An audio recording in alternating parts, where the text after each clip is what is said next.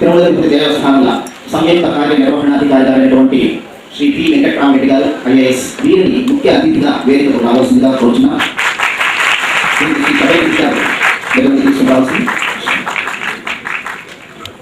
ఈ కార్యక్రమంలో మనకు దాదాపు 2 నెలల నుంచి మంచి సలహాలు ఇస్తూ సూచనలు ఇస్తూ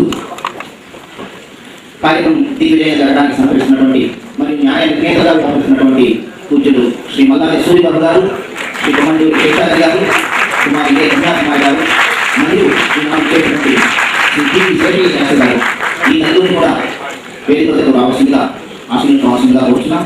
అదేవిధంగా ఈ కార్యక్రమం జరగాలన్నా ముందు నడిపించేటువంటి శక్తి కావాలి మనకు.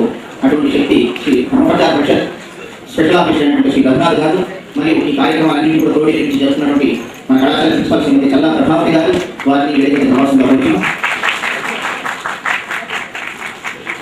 ఈ కార్యక్రమం జరగాలన్నా పెద్దల ఆశీస్సులతో ముందు వారి యొక్క భాషలో జరగాల్సింది కనుక ఇంత ఈ సదస్సు కార్యక్రమం మరి 15 నిమిషాలు అయిన తర్వాత యథావిధంగా మనం షెడ్యూల్ ప్రకారం ఆంధ్రదేశంలోని కళాకారులతో ఈ కార్యక్రమం జరుగుతుంది.